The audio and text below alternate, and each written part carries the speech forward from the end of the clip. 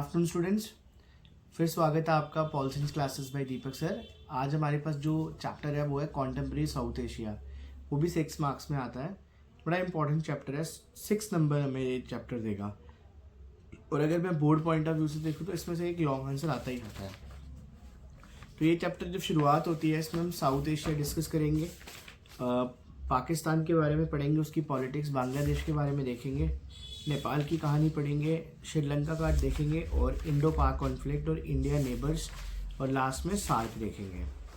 तो students, south Asia की बात करें तो south Asia stands for diversity. Diversity होता है वेरिएशंस। यहाँ पर आपको multi cultural, multi linguistic, multi ethnicity आपको देखने को मिलेगी। South Asia stands for diversity, तो इसमें 7 कंट्रीज रिप्रेजेंट करती हैं: इंडिया, पाकिस्तान, श्रीलंका, नेपाल, भूटान, द मालदीव्स और बांग्लादेश। अफगानिस्तान इसमें आता नहीं है लेकिन हम उसको कंसिडर करते हैं क्योंकि वो सार्क का मेंबर है। तो साउथ एशिया की लोकेशन बड़ी स्ट्रेटेजिकली इम्पोर्टेंट है। अगर मैं बात करूँ तो इंडिया सेंट्रली लोकेटेड है। तो साउथ एशिया में, इंडिया में स्पेशली, साउदर्न साइड पे इंडियन ओशन है, लेफ्ट साइड पे बंगाल की खाड़ी है और अरेबियन सी है। तो ये इंडिया को बहुत स्ट्रॉन्ग बनाता है। ईस्टर्न साइड पे बंगाल की खाड़ी, साउदर्न साइड पे इंडियन ओशन और वेस्टर्न साइड पे अरेबियन सी है। तो यहाँ का जो पॉलिटिकल सिस्टम है वो डिफरेंट है। अगर मैं इंडिया और पाकिस्तान की बात, इंडिया श्रीलंका की बात करूँ तो वो स्टार्टिंग से डेमोक्रेसी है, वहाँ कोई ओवरथ्रो नहीं हुआ। इंडिया 1947 में फ्री हुआ, श्रीलंका 1948 में फ्री हुआ। तो दोनों देश स्टार्टिंग से डेमोक्रेटिक कंट्री के रूप में काम कर रहे हैं। पाकिस्तान और बांग्लादेश ने मिलिट्री और सिविलियन रूल दोनों फेस किया है। पाकिस्तान में कोल्ड वार के बाद, यानी कि बेनज़ीर भुट्टो, नवाज शरीफ के अंडर हमने डेमोक्रेसी देखी। नेपाल में 2006 से कॉन्स्टिट्यूशनल मोनार्की थी, अब नेपाल डेमोक्रेटिक रिपब्लिक है 2008 में। तो नेपाल, भूटान, मालदीव्स और ये अपने इंडिया, श्रीलंका और बांग्लादेश को देख के लगता है कि डेमोक्रेसी एक एक्सेप्टेड नॉर्म बन चुका है। डेमोक्रेसी सबके लिए इम्पोर्टेंट है। भूटान 2008 में कॉन्स्टिट्यूशनल मोनार्की बना था, फिर वहाँ पर मल्टी पार्टी की बात होने लगी डेमोक्रेसी की। मालदीव्स आइलैंड होता था, सल्तनत होता था, वो रिपब्लिक बना, प्रेसिडेंशियल फॉर्म ऑफ गवर्नमेंट। तो पार्लियामेंट जो मालदीव्स का था उसने इंट्रोड्यूस किया मल्टी पार्टी सिस्टम। तो मालदीवियन डेमोक्रेटिक पार्टी ने मालदीव्स के पॉलिटिकल अफेयर्स को डोमिनेट किया और मालदीव डेमोक्रेटिक पार्टी ने 2018 का इलेक्शंस भी जीता। तो जो मिक्स्ड रिकॉर्ड है डेमोक्रेटिक एक्सपीरियंस का, जो पीपल है पूरे कंट्री में वो डेमोक्रेसी की एस्पिरेशन को शेयर करते हैं। एक रीसेंट एटीट्यूड्स बताता है कि डेमोक्रेसी रिच हो, पुअर हो, सब डेमोक्रेसी को सपोर्ट करते हैं। और डेमोक्रेसी साउथ एशिया के देशों में काफ़ी इम्पॉर्टेंट है और इसने ग्लोबल इमेजिनेशन को इंक्रीज़ किया है। तो स्टूडेंट, इसकी टाइमलाइन तो बहुत ही ज़्यादा इम्पॉर्टेंट है। इंडिया, श्रीलंका 1947 में फ्री हुए, पाकिस्तान भी 1947 में फ्री हुआ, श्रीलंका 1948 में फ्री हुआ। पाकिस्तान ने सेंटो और सीटो ज्वाइन किया 1954-55 में। 1962 में इंडो चाइना वॉर हुई, 1960 में इंडस वाटर ट्रीटी हुई। इंडस वाटर ट्रीटी के सिग्नेटरीज अयूब खान और जवाहरलाल नेहरू थे। इंडिया ताशकंद एग्रीमेंट साइन हुआ 1966 में। 1972 जुलाई में शिमला एग्रीमेंट साइन किया जुल्फ़िकार अली भुट्टो और इंदिरा गांधी ने। 1985 दिसंबर को सार्क बना, south Asian association for regional cooperation. और 1999 को इंडियन प्रधानमंत्री वाजपेयी ने बस यात्रा की लाहौर से अमृतसर, अमृतसर से लाहौर। 1998 में हमने न्यूक्लियर टेस्ट किया, ऑपरेशन शक्ति। 2007 में इस्लामाबाद, अफगानिस्तान ने ज्वाइन किया सार्क को। 2004 जनवरी में साफ्ता साइन किया, south Asian free trade agreement. तो अब हमारे पास एक बड़ा प्यारा टॉपिक बनता है military and democracy in Pakistan, कि मिलिट्री और डेमोक्रेसी क्या आती है। देखिए, पाकिस्तान ने अपना कॉन्स्टिट्यूशन बनाया तो जनरल अयूब खान बन गए कंट्री के हेड। उन्होंने जल्द ही एडमिनिस्ट्रेशन को हटाकर अपने आप को वहाँ पर स्थापित किया। अयूब खान के अंडर एक तो इंडस वाटर ट्रीटी हुई 1960 में और दूसरा वहाँ पर इंडो पाकिस्तान वॉर हुआ 1965 को। उस वॉर में इंडिया ने पाकिस्तान को हरा दिया, जिससे अयूब खान को जाना पड़ा और वहाँ पर जनरल याह्या खान आए। जनरल याह्या खान के टाइम पे हमारा इंडिया पाकिस्तान वॉर का 1971 वॉर हुआ, जिसमें बांग्लादेश एक इंडिपेंडेंट कंट्री बना और इलेक्टेड गवर्नमेंट बनी अंडर द बेनज़ीर भुट्टो, जुल्फ़िकार अली भुट्टो। 1971 से 77 तक भुट्टो की गवर्नमेंट को हटाया जनरल जियाउल हक ने 1977 में, और जनरल जिया को फेस करनी पड़ी प्रो डेमोक्रेटिक मूवमेंट 1982 ऑनवर्ड्स। तो 1988 यानी कि पोस्ट कोल्ड वार में भुट्टो के बेनज़ीर भुट्टो की पार्टी, पाकिस्तानी पीपल पार्टी और नवाज शरीफ की पार्टी मुस्लिम लीग, इनकी काफ़ी डोमिनेंस रही। तो 2099 तक वहाँ इलेक्टेड फेस रहा। 1999 में जनरल परवेज मुशर्रफ ने सरकार हटाकर वहाँ पर मिलिट्री रूल एस्टेब्लिश किया। फिर उसने रेफरेंडम कराया, वो 2007 तक प्रेजेंट रहा। 2008 से पाकिस्तान में कोई भी टेक ओवर नहीं हुआ है। अब एक बड़ा प्यारा क्वेश्चन आता है कि वो कारण बताइए जिससे पाकिस्तान डेमोक्रेसी लाने में बार बार फेल हो जाता है। तो इसमें पहला आता है कि मिलिट्री और क्लर्जी और डोमिनेंस है पाकिस्तान में एरिस्टोक्रेसी लैंड ओनिंग का, जो बार बार इलेक्टेड गवर्नमेंट को हटा देते हैं। और दूसरे नंबर पे पाकिस्तान के जो मिलिट्री ग्रुप्स हैं वो काफ़ी पावरफुल है और डेमोक्रेसी फ्लॉड है। पॉलिटिकल पार्टियां करप्ट हैं, सेल्फिश माइंडेड पार्टियां हैं, और वो आर्मी बार बार पावर में आ जाती है। आर्मी का बहुत ही ज़्यादा रुतबा है वहाँ पे। तो डेमोक्रेसी आसान नहीं है पाकिस्तान में। सेंटिमेंट स्ट्रॉन्ग है लेकिन बहुत मुश्किल है। करेजियस प्रेस है, ह्यूमन राइट मूवमेंट है, इंटरनेशनल सपोर्ट नहीं मिलता पाकिस्तान को, जिस वजह से वेस्ट चाहता है कि ग्लोबल इस्लामिक टेररिज्म कहीं पाकिस्तान के हाथ में आ गए तो वो उसको तबाह कर सकते हैं। तो ये थी पाकिस्तान की कहानी। इंपॉर्टेंट क्वेश्चन है, पेपर में आता है। क्रोनोलॉजी आएगी तो जनरल अयूब खान, जनरल याया खान के बाद जुल्फ़िकर अली भुट्टो, जुल्फ़िकर अली भुट्टो के बाद जनरल जिया-उल हक, दैन बेनज़ीर भुट्टो, नवाज शरीफ, परवेज मुशर्रफ। तो अभी करंट प्राइम मिनिस्टर शहबाज शरीफ है। तो ये इसकी क्रोनोलॉजी आपको एनसीईआरटी में आ सकती है, आप ध्यान से देख लेना। फिर आता है बांग्लादेश की डेमोक्रेसी। तो बांग्लादेश तो पाकिस्तान का पार्ट था 1947 से 71 तक। उसको ईस्ट पाकिस्तान कहते थे। कहते हैं असम का जो पार्टीशन हुआ था ना, पार्टीशन ऑफ बंगाल, जो असम प्रोविंसेस को डिवाइड किया था लॉर्ड कर्जन ने 1905 में, उसमें उर्दू और बंगाली का चक्कर पड़ गया। उर्दू वाले बंगालियों को डोमिनेट करते थे। तो 1970 वहाँ चुनाव होता है, पाकिस्तान वहाँ जीत जाता है। वेस्ट पाकिस्तान में जुल्फ़िकर अली भुट्टो जीतता है, ईस्टर्न पाकिस्तान में जो मुजीबुर रहमान जीतता है। वो उसको डोमिनेट करते हैं। मुजीबुर रहमान को अंदर डालते हैं जेल में जनरल याया खान के आदेश पे, और बाकियों को मारते हैं, जिससे 80 लाख पीपल इंडिया घुस जाते हैं बांग्लादेश, वेस्ट बंगाल से, और वो इंडिया से हेल्प मांगते हैं। तो इंदिरा गांधी प्राइम मिनिस्टर थी तो उसने मिलिट्री और फाइनेंशियली सपोर्ट किया, वॉर लड़ी पाकिस्तान के साथ, और पाकिस्तान एक कंट्री बना दी। अब पाकिस्तान जब इंडिपेंडेंट कंट्री बना दिसंबर में बन गया।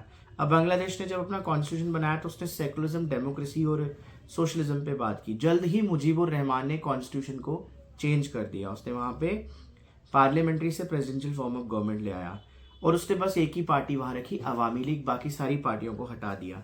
अब ड्रामेटिक और ट्रेजिक डेवलपमेंट ये हो कि उसको असैसिनेट कर दिया मिलिट्री अपराइजिंग में अगस्त 1975 में। फिर वहाँ पे जिया और रहमान का रूल आया, जिसकी अपनी पार्टी थी बांग्लादेश नेशनल पार्टी, और उसने इलेक्शन जीता 1979 में, और फिर उसको भी असैसिनेट कर दिया। फिर वहाँ HM इरशद की गवर्नमेंट आई, जनरल लेफ्टिनेंट, फिर उसको भी हटा दिया गया। फिर उसको स्टूडेंट प्रोटेस्ट करने पड़े, वो प्रेसिडेंट बना, लोगों ने प्रोटेस्ट किया, चला गया। फिर बांग्लादेश 91 से डेमोक्रेसी था। अब वहाँ पे शेख हसीना की सरकार थी जिसको लोगों ने हटा दिया रिजर्वेशन के मुद्दों पे। फिर वहाँ मोहम्मद यूनुस को कंट्री का हेड बनाया गया, जो भी देख रहे हैं। तो अब इसके बाद नेपाल की कहानी क्या है। नेपाल पास्ट में हिंदू किंगडम था और वहाँ कॉन्स्टिट्यूशनल मोनार्की थी काफ़ी सालों से। पॉलिटिकल पार्टियां और कॉमन लोग नेपाल के ये देखते हैं कि ओपन और रिस्पॉन्सिव सिस्टम ऑफ गवर्नमेंट होना चाहिए। राजा की हेल्प से आर्मी का काफ़ी कंट्रोल था गवर्नमेंट पे। डेमोक्रेसी काफ़ी रिस्ट्रिक्टेड थी। तो 90s में वहाँ डेमोक्रेसी की शुरुआत हुई जब प्रोटेस्ट हुआ, तो वहाँ माओइस्ट भी काफ़ी एक्टिव हो गए। माओइस्ट माओवादी हैं जो चाइना से ऑपरेट होते हैं, और उन्होंने इन्फ्लुएंस करना शुरू कर दिया नेपाल की राजनीति में। जल्दी वहाँ पे गुरीला वारफेयर अटैक करते थे माओइस्ट। फिर वहाँ ट्रायंगुलर कन्फ्लिक्ट हो गया माओइस्ट, मोनार्क और डेमोक्रेट्स के बीच में। फिर 2002 में ना किंग ने अबॉलिश कर दिया पार्लियामेंट को, और जो थोड़ा बहुत डेमोक्रेसी का स्कोप था वो भी हटा दिया। अप्रैल 2006 में कंट्री वाइड प्रोटेस्ट हुआ और फोर्सेस को अचीवमेंट मिली। तो फिर वहाँ अप्रैल 2002 में SPA बना, 7 पार्टी अलायंस। उन्होंने नेपाल का ट्रांजिशन किया डेमोक्रेसी में। आज भी माओइस्ट अपना आर्म्ड स्ट्रगल छोड़ बैठे और इकोनॉमिक रिस्ट्रक्चरिंग पे बात की, और आज नेपाल अच्छा चल रहा है। वहाँ 2008 में डेमोक्रेटिक रिपब्लिक था, आज पूरी तरह से 2015 में वहाँ पे नया कॉन्स्टिट्यूशन ला दिया गया। फिर हमारे पास एथनिक कॉन्फ्लिक्ट आता है, आपने 10th में पढ़ा था, सिन्हाला तमिल्स की सिविल वॉर। सिन्हाला ने हर चीज़ डोमिनेट की, तमिलियंस को एलिनेट कर दिया। तमिलियंस को एलिनेट किया तो 1983 में उन्होंने LTT एक ऑर्गेनाइजेशन बना दी, terrorist organization, liberation of tigers of Tamil Eelam. जो नॉर्थ ईस्टर्न पोर्शन जो श्रीलंका था वो अलग करना चाहते थे। तो श्रीलंकन प्रॉब्लम में इंडिया के ओरिजिन के लोग आगे, जब इंडियन तमिल ने इंडिया की गवर्नमेंट पे प्रेशर डाला कि do something for Indian Tamils, तो 1987 में इंडियन पीस कीपिंग फोर्स भेजा गया इंडिया से राजीव गांधी के द्वारा। लेकिन सिन्हालीस बोलते ये हमारे यहाँ पे इंटरफेयर कर रहे हैं, तो फिर 1989 में उसको वापस बुला लिया। फिर जिसके कारण 1991 में राजीव गांधी की डेथ भी हो गई थी तमिलियंस के कारण, जब वो इलेक्शन कैंपेन में थे। तो श्रीलंकन क्राइसिस वायलेंट रहा। फिर स्कैंडिनेवियन कंट्री नॉर्वे, आइसलैंड, वहाँ नेगोशिएशन की बात करें, एलटीटी को वैनिश किया गया 2009 में, आ सकता है पेपर में, 2009 में एलटीटी हटा दिया। और श्रीलंका ग्रोथ काफ़ी बढ़ा। श्रीलंका पहला कंट्री था साउथ एशिया का जिसने डेमोक्रेसी और लिबरलाइजेशन लाया। तो ये पढ़ लेना, इकोनॉमिक लिबरलाइजेशन श्रीलंका में आया, जीडीपी उसकी अच्छी है और उसने डेमोक्रेटिक सिस्टम बनाया। इसका कार्टून बड़ा इंपॉर्टेंट है, जहां महिंद्रा राजापक्से सिन्हालीज लाइन्स और तमिलियन टाइगर्स को बैलेंस करने की कोशिश। ओके स्टूडेंट्स, अब हमारे पास नया टॉपिक है इंडिया पाकिस्तान कॉन्फ्लिक्ट। तो देखो यार, इंडिया पाकिस्तान की बातचीत कार्टून में बताया है कि बंकर से टेबल्स के बीच में आ गए। देखो 1947 की वॉर, 1965 की वॉर, 1971 की वॉर, इसमें पाकिस्तान हर बार आ रहा। हालांकि उसने पीओके कंट्रोल किया, लाइन ऑफ कंट्रोल का इशू है, और सबसे इम्पोर्टेंट सियाचिन ग्लेशियर और ओवर एक्विजिशन ऑफ आर्म्स का मुद्दा है। दोनों कंट्रियों के पास न्यूक्लियर आया 1998 में। इंडिया ने पोखरान में किया ऑपरेशन शक्ति, अटल बिहारी वाजपेयी प्रधानमंत्री थे। पाकिस्तान ने चगाई हिल्स में किया। तो मिलिट्री रिलेशंस, हालांकि करगिल हुआ, उसके बाद करगिल वॉर हुई, लेकिन ये लोकलाइज्ड ही रहा। दोनों गवर्नमेंट अपना सस्पिशियस रखते हैं एक दूसरे। इंडिया की गवर्नमेंट बोलती है कि पाकिस्तान यहाँ आईएसआई मिलिटेंट से कश्मीरियों को सपोर्ट करके इंडिया में पीस डिस्टर्ब करता है, नॉर्थ ईस्ट में डिस्टर्ब करता है, पंजाब में डिस्टर्ब करता है। उसकी आईएसआई 85 से 95 में एंटी इंडिया कैंपेन्स करती थी बांग्लादेश के थ्रू। और पाकिस्तान की गवर्नमेंट कहती है कि इंडिया सिंध बलूचिस्तान में करता है। तो इंडिया पाकिस्तान नदियों के पानी के पे भी इनकी टेंशन रहती है। इंडस वाटर ट्रीटी साइन तो कि वो चल रही है, लेकिन उसमें भी आए दिन बातचीत होती रहती है। एक जो सबसे इम्पोर्टेंट मुद्दा है sir creek in the run of Kutch, demarcation का मुद्दा। ये सबको यहाँ से ही बॉम्बे 9/11 अटैक के मिलिटेंट घुसे थे गुजरात से। तो ये डिस्प्यूट, फिर बोलता हूँ sir creek in run of Kutch, ये सब डिस्प्यूट छोटा लगता है लेकिन ये उतना ही चिंता का कारण बना है। इस पे दोनों पे बात करनी चाहिए। इंडिया और उसके नेबर्स की बात करें तो एक क्वेश्चन तो मैं देखता हूँ बार बार, वो क्वेश्चन जो आता है उसमें इंडिया और उसके नेबर्स की बात आती है। तो गवर्नमेंट ऑफ इंडिया और बांग्लादेश के काफ़ी डिफरेंसेस थे गंगा नदी और ब्रह्मपुत्रा को लेकर। भारत की गवर्नमेंट बांग्लादेश से खुश नहीं है क्योंकि वो इलीगल इमिग्रेशन देता है, anti Indian Islamic fundamentalist group को सपोर्ट करता है नॉर्थ ईस्ट इंडिया से, और उसका जो नेचुरल गैस है म्यांमार का, वो प्रॉब्लम है। इंडियन गवर्नमेंट बिहेव करती है रीजनल बुली की तरह, इनकरेज करती है रिविलियंस को चिटागोंग हिल्स में, और ये सबको लगता है कि डिफरेंसेस हैं। फिर कॉपरेशन भी है। 20 ईयर्स में हमने काफ़ी ज़्यादा एग्रीमेंट साइन किए हैं, और लुक ईस्ट पॉलिसी का पार्ट है। बांग्लादेश से gateway to the South Asia, Bangladesh is the gateway to South East Asia जाने का रास्ता देता है। डिज़ास्टर मैनेजमेंट पे हम उसकी हेल्प करते हैं। 2015 में काफ़ी ज़्यादा इनिशिएटिव्स हमने आपस में लिए, और अभी थोड़े हमारे रिलेशन खराब थे, लेकिन जो बांग्लादेश की प्राइम मिनिस्टर वो इंडिया में ही शरण ली उसने, बड़ी टेक्निकली था ये। नेपाल के तो साथ हमारे अच्छे रिलेशन, अब वीज़ा भी नहीं लगता एक दूसरे के साथ, और हम सपोर्ट करते हैं। जब नेपाल चाइना के क्लोज आता है फिर हम थोड़ी परेशानी होती है, और जब वहाँ माइस्ट एक्टिवेट होते हैं, माइस्ट आंध्र प्रदेश, बिहार से आंध्र प्रदेश तक वायलेंस डिस्टर्ब करते हैं। नेपाल की गवर्नमेंट बार बार हम पे ये एलिगेशन लगाती है कि इंडिया की गवर्नमेंट वहाँ पे उनके यहाँ इंटरफेरेंस करती है। नेपाल के लिए बहुत इंपॉर्टेंट है क्योंकि हमें पीसफुल है, trade, scientific cooperation, natural resources, electricity generation में हम उनकी हेल्प करते हैं। तो Nepal will lead to the improvement in the ties between two country. तो फिर उसके बाद इंडिया श्रीलंका के भी रिलेशन ठीक ही है, हमने उनको सुनामी के टाइम पे काफ़ी हेल्प की थी उसके बाद। और भूटान के साथ हमारे अच्छे रिलेशन, भूटान का राजा नॉर्थ ईस्ट इंडिया में मिलिटेंट ऑपरेट होने से रोकता है, और जब तमिल मशीनरीज ने 1988 में मालदीव्स में अटैक किया तो हमने उनकी हेल्प की थी एयरफोर्स भेज के। इनके आपस में भी डिसएग्रीमेंट्स हैं, जैसे नेपालीज और भूटानीज का, भूटान में नेपालीज घुस जाते हैं, रोहिंग्या म्यांमार में घुस जाते हैं, तो ये इनके आपस में डिफरेंसेस। और इंडिया लोकेट सेंट्रली है तो सारे इंडिया पे एलिगेशंस लगाते हैं। इसमें सबसे इंपॉर्टेंट है सार्क, भी बड़ा इंपॉर्टेंट है। सार्क हो गया south Asian association for regional cooperation, 1985 में बना मल्टीलैटरल मीन्स पे।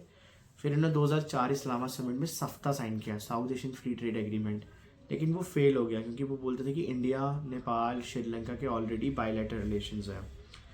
तो दोनों देश आपस में, इंडिया पाकिस्तान के तो कन्फ्लिक्ट तक कभी ख़त्म होंगे ही नहीं, तो दोनों देश आपस में कॉन्फिडेंस बिल्डिंग मेजर्स करके, बातचीत करके सॉल्व करने की कोशिश कर रहे हैं। ये क्वेश्चन पक्का आएगा, suggest any 4 ways to improve Indo Pak ties. तो इसमें कॉन्फिडेंस बिल्डिंग मेजर्स आ सकता है, बस रूट ओपन कर दो, ट्रेड बूस्ट करो, कल्चरल एक्सचेंज प्रोग्राम लाओ, स्पोर्ट्स सीरीज़ कर दो, तो उससे भी काफ़ी फ़र्क पड़ेगा।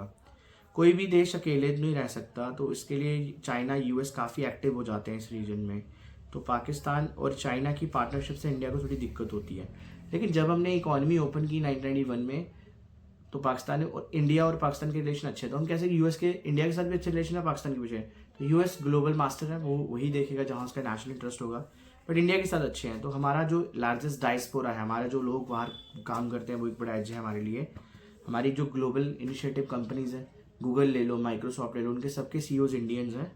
तो हम कह सकते हैं कि साउथ एशिया एक कन्फ्लिक्ट प्रोन जोन है, जहाँ पे आउटसाइड पावर का काफ़ी दबदबा है। तो इस चैप्टर में यही था, और मैं लगता है कि आपका पेपर है पास ही, आपको और ज़्यादा मेहनत करनी चाहिए। नेक्स्ट वीडियो में हम यूनाइटेड नेशंस पे काम करेंगे, सिक्योरिटी देखेंगे। अब हमारे पूरे सिलेबस के 4 चैप्टर्स बचे हैं। Thank you so much.